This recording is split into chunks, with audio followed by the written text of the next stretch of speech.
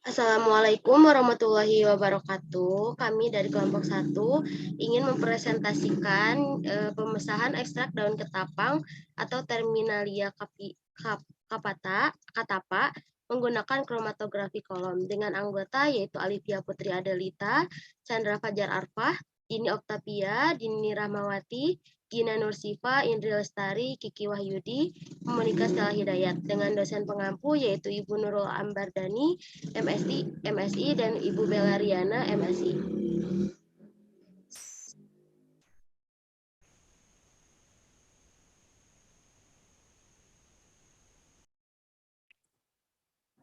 Selanjutnya di sini ada tujuan.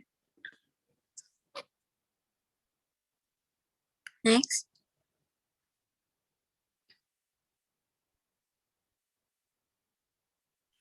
Tujuan praktikum kali ini yaitu mampu memisahkan ekstrak ketapang menggunakan metode kromatografi kolom dengan pelarut yang sesuai.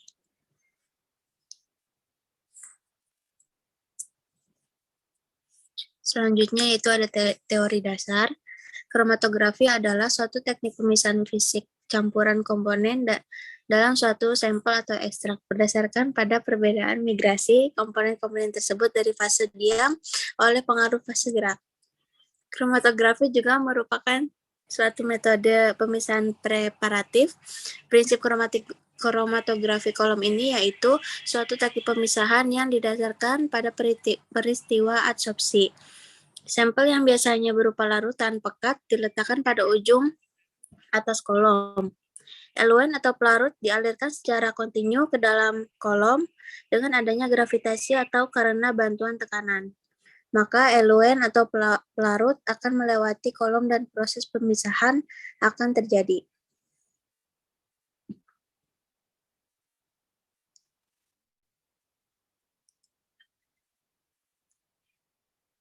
Di sini selanjutnya ada ketapang atau Terminalia katapa L merupakan tumbuhan yang dapat tumbuh pada dataran rendah sampai dataran tinggi, di hutan premier maupun sekunder, hutan campuran, Dipterocarpaceae, hutan rawa, hutan pantai, hutan jati, maupun sepanjang sungai. Daun ketapang ini memiliki kandungan flavonoid, saponin, dan triterpenoid, sedangkan kulit batang hanya mengandung flavonoid dan saponin, pada buahnya hanya mengandung tanin dan steroid. Klasifikasinya yaitu tumbuhan Terminalia katapa L adalah sebagai berikut. Kerajaannya yaitu Plantae, divisi Magnoliophyta, kelas Magnoliopsida, bangsa Myrtales, suku Combreaceae, marga Terminalia, dan jenisnya Terminalia katapa L.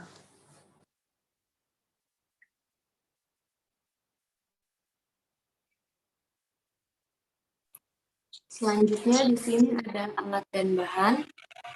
Berikut alat yang dipakai beserta gambarnya. Yang pertama yaitu ada batang pengadu, beker glass, bejana KLT, cawan porselen, kolom kromatografi, lampu UV 366 nanometer, neraca analitik, penampak bercak, penggaris pinset, pipa kapiler, pipet tetes. Next.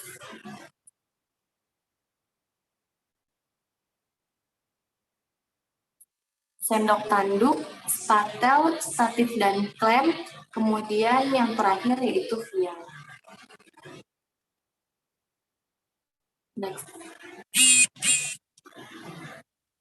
Selanjutnya bahan-bahan yang dipakai untuk percobaan kolom kromatografi ini yaitu yang pertama ada aluminium foil, ekstrak etanol daun ketapang, etil asetat, kapas serta saring, N-heksana, reaksi Lieberman-Burchard, plat KLT, dan silika gel.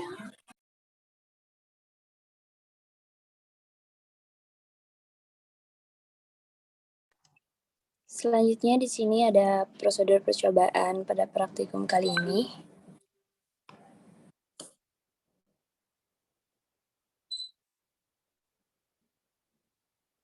Langsung ke videonya aja.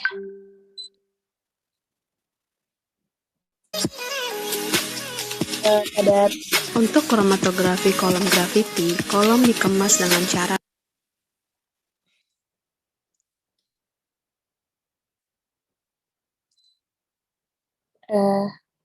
mulai.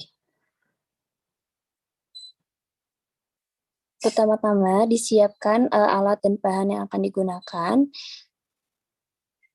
Kemudian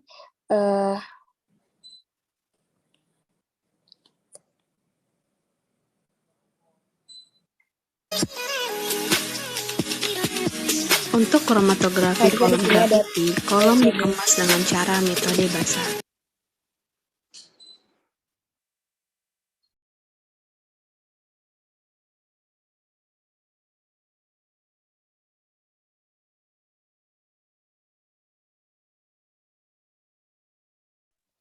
selanjutnya di sini ada video praktikum yang kita lakukan, di mana pertama-tama kita siapkan alat dan bahan yang akan digunakan. Kemudian pada video ini kita mengambil silika gel yang akan ditimbang sebanyak 17 gram, di mana pada proses penimbangan ini diwadahi oleh gelas kimia dan ditimbang sebanyak 17 gram.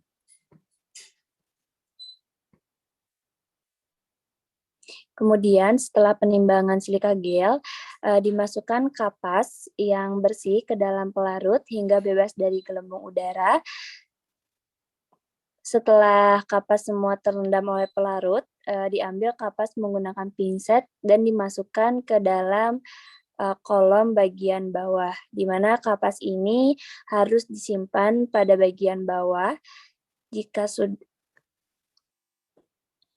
Pada proses pemasukan ini boleh dibantu oleh batang pengaduk agar kapas bisa tersimpan di bagian bawah kolom.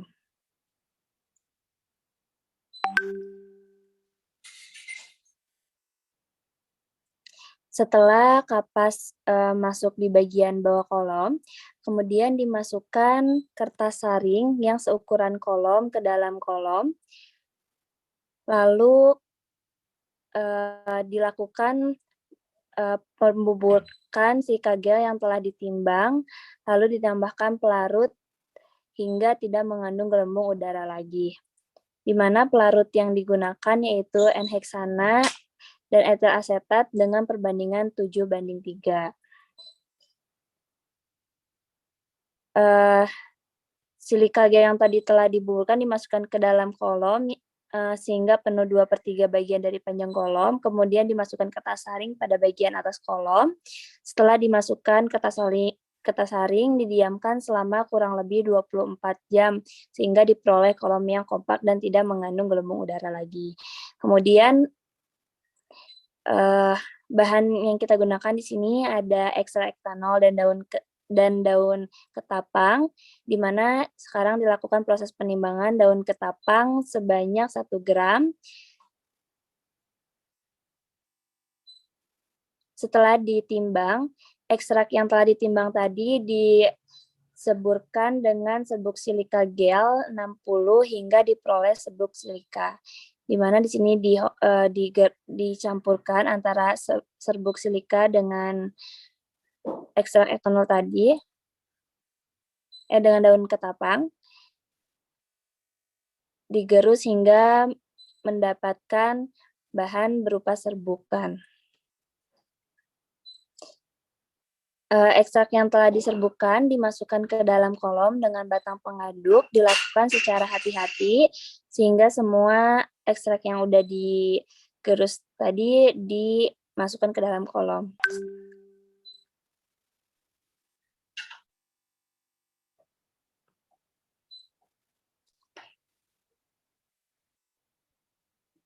Diperhatikan apakah ada yang keluar dari keran kolom atau tidak. Jika sudah dilihat apakah tidak ada yang keluar dari keran kolom, kemudian keran kolom ini dibuka secara hati-hati dan perlahan, di mana proses ini sudah menandakan pengelusi dimulai. Pada proses ini dilakukan secara hati-hati.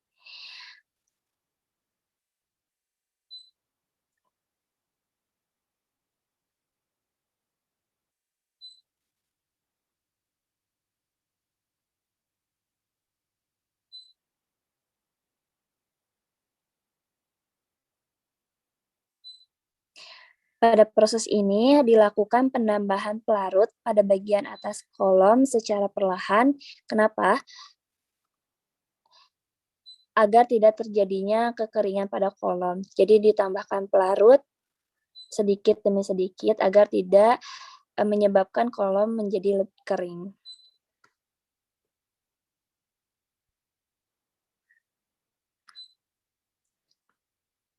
Jika sudah berwarna hasil elusi masing-masing ditampung 5/10 ml dalam vial yang telah dinomori.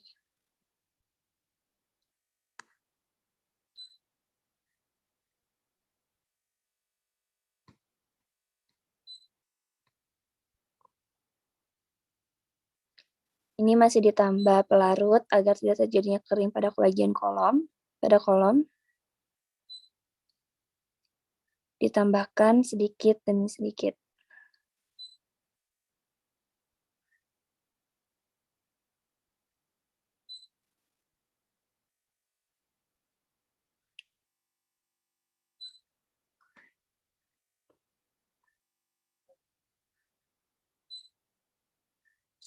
Kemudian, hasil dari elusi kromatografi kolom akan dilakukan analisis kromatografi lapis tipis dengan KLT dengan ukuran 10 x 20 cm.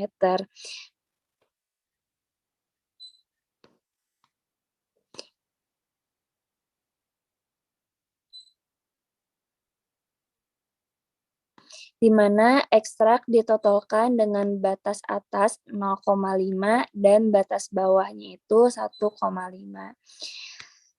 Jarak penotolan dari elusi satu dengan lainnya itu diberi jarak 1,5 cm.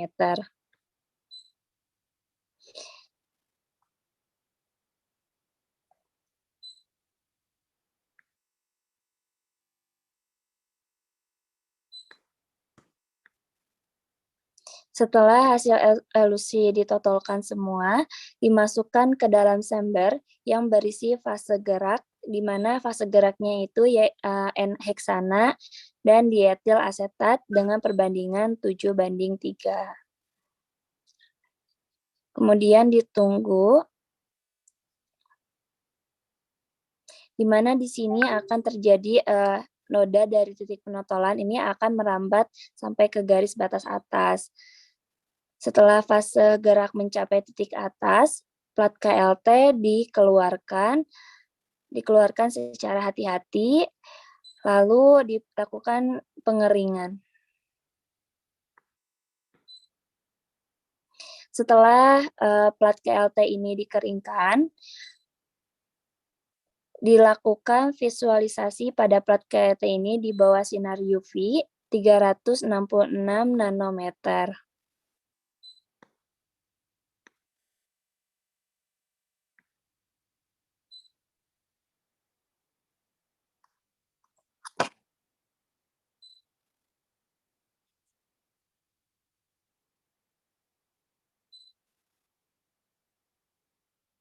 Ini proses visualisasi di bawah sinar UV 366 nanometer.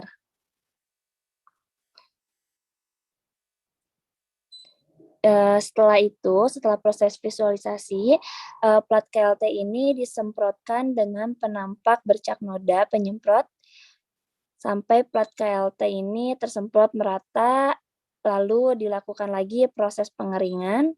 Setelah itu, plat KLT dikeringkan kembali, divisualisasikan kembali di bawah sinar UV 366 nanometer.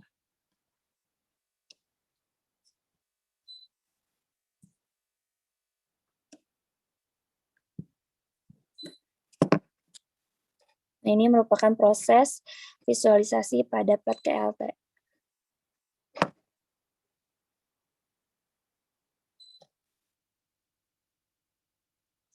Hasil pengosi kemudian dihitung dan didapatkan hasilnya.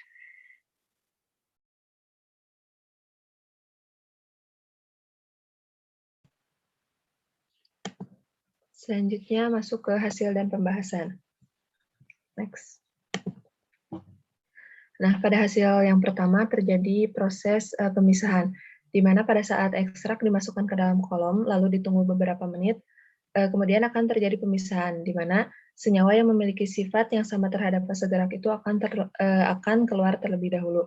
Nah, dalam hal ini, pelarut yang digunakan tadi bersifat nonpolar, sehingga senyawa yang akan keluar terlebih dahulu yaitu senyawa yang bersifat nonpolar. Nah, untuk hasil yang kedua, yaitu hasil elusi yang ditampung pada vial. Nah, elusi ini dikatakan selesai apabila pita-pita kromatogramnya telah habis atau ditandai dengan warna yang dihasilkan elusi itu sudah tidak berwarna. Dan untuk hasil yang ketiga, merupakan hasil elusi yang telah diidentifikasi menggunakan KLT dan dilihat di bawah sinar UV 366 nanometer. Selanjutnya akan dijelaskan oleh rekan saya. Selanjutnya ada pembahasan. Nah, di sini pada percobaan kali ini menggunakan metode kromatografi kolom juga merupakan suatu metode pemisahan preparatif. Adapun kelebihan dan kekurangan kromatografi kolom itu sebagai berikut. Yang pertama ada kelebihannya. Itu dapat digunakan untuk analisis dan aplikasi preparatif menentukan jumlah komponen campuran dan untuk memisahkan dan purifikasi. Yang kedua, hanya membutuhkan alat serta bahan yang mudah dapat dan murah. Yang ketiga, membutuhkan waktu yang sangat singkat dan mudah pelaksanaannya. Kemudian ada kekurangannya. Yang pertama, membutuhkan kemampuan dalam teknik dan manual untuk menyiapkan kolom yang sesuai dengan sampel. Yang kedua, kurang akurat dalam penetapan kuantitatif komponen dalam senyawa. Nah, di sini juga ada itunya, pembahasannya tentang ketapang atau Termanila catapaya merupakan tumbuhan yang dapat tumbuh pada dataran rendah sampai dataran tinggi di hutan primer maupun sekunder, hutan campuran di Petrokarpase, hutan rawa, hutan pantai, dan hutan jati maupun sepanjang sungai. Menurut Pauli 2001 menyatakan bahwa ekstrak daun ketapang bermanfaat sebagai obat luar, diantaranya untuk mengobati sakit pinggang, keseleo, kudis, gatal-gatal, kulit terkelupas, dan bernanah. Pada pengobatan dalam, ekstrak daun ketapang ini berguna mengobati untuk gangguan pada saluran pencernaan, gangguan pernapasan, menurunkan tekanan darah tinggi, dan insomnia. Selain itu, ekstrak daun ketapang juga digunakan dalam bidang kosmetik karena memiliki aktivitas anti-UV dan antioksidan. Selanjutnya akan dijelaskan oleh teman saya. Selanjutnya, masuk ke pembahasan berikutnya. Fungsi kapas adalah untuk menahan silika gel atau absorben agar tidak keluar dari kolom. Permukaan kapas ditutup dengan kertas saring. Tujuannya adalah untuk menahan silika gel agar tidak pecah dan tidak langsung masuk ke dalam kapas dan mencegah terbentuknya rongga udara pada silika gel. Silika gel berfungsi untuk ini adalah sebagai absorben atau fasa diam.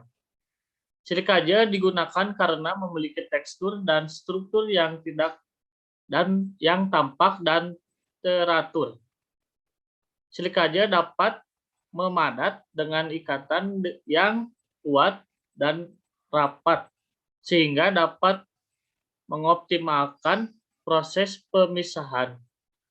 Cuplikan permukaan silika gel ditutup dengan kertas saring. Tujuannya adalah untuk memisahkan kotoran yang terkandung dalam cuplikan karena kertas saring bersifat selektif, sehingga hanya zat yang ukuran molekul kecil yang dapat menembus kertas. Fase diam yang digunakan yaitu silika gel yang bersifat polar, sehingga fase gerak yang digunakan harus bersifat nonpolar, di mana fase gerak yang digunakan yaitu N-heksana etil asetat dengan perbandingan 7:3. Next. Selanjutnya ke pembahasan berikutnya. N-heksan merupakan pelarut jenis nonpolar, sehingga N-heksan dapat melarutkan senyawa bersifat nonpolar. Etil asetat merupakan pelarut yang bersifat semipolar, sehingga dapat menarik senyawa yang bersifat polar maupun nonpolar. Itu menurut Romadanu ETAL 2014. Selanjutnya, campuran pelarut terutama dua macam pelarut lebih banyak digunakan daripada satu pelarut murni. Keuntungannya, kekuatan pelarut dapat diubah terus dengan berubahnya susunannya.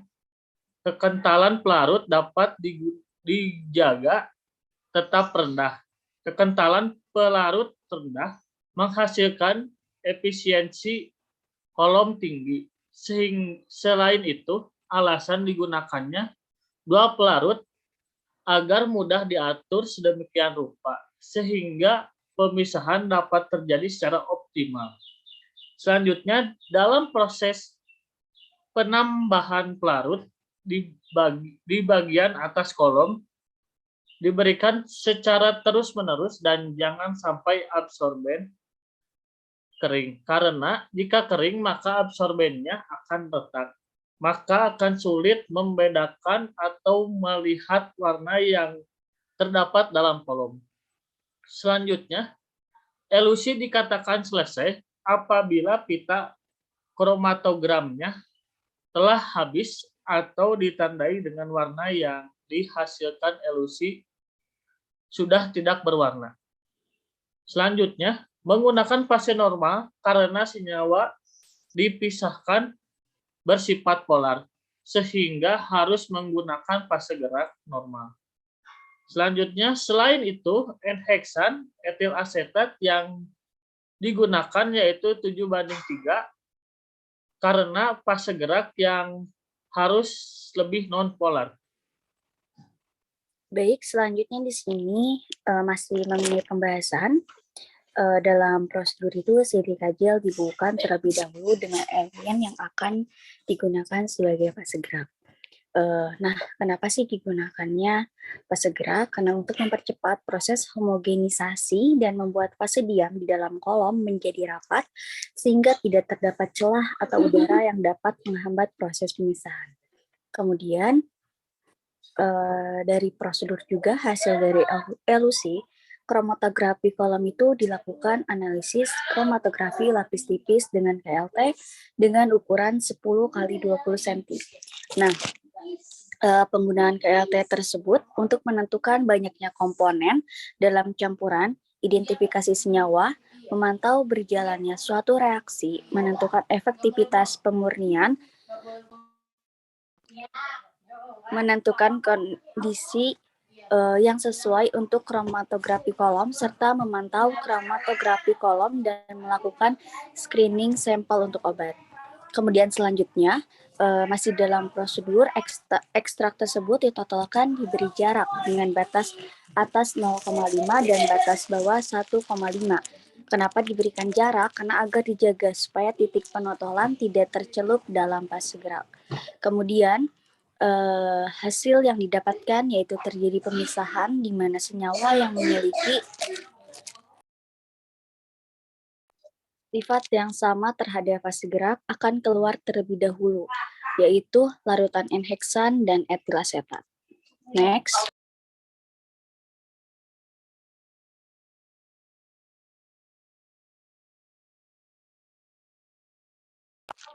Kemudian, hasil elusi ditampung pada vial, di mana elusi dapat dikatakan selesai apabila pita-pita kromatogramnya telah habis atau ditandai dengan warna yang dihasilkan elusi sudah tidak berwarna. Kemudian, hasil elusi dilihat di bawah sinar UV 366 nm. Nah, kenapa sih digunakannya di dalam sinar UV 366? Karena pengamatan UV di 366 ini menghasilkan bercak noda yang berpencar dengan latar belakang yang gelap, sehingga noda yang dapat berpendar ini dapat dilihat secara visual. Untuk pembahasan mungkin sudah cukup, dan selanjutnya akan dijelaskan oleh rekan saya. Oke, selanjutnya yaitu ada ekstrak daun ketapang dipisah. Untuk kesimpulannya, di sini bisa disimpulkan ekstrak daun ketapang dipisahkan dengan kromatografik kolom menggunakan fase diam yaitu silika gel dan fase geraknya yaitu menggunakan N-heksan dan etil asetat. Di mana senyawa yang pertama keluar adalah senyawa yang memiliki kepolaran yang sama dengan fase gerak.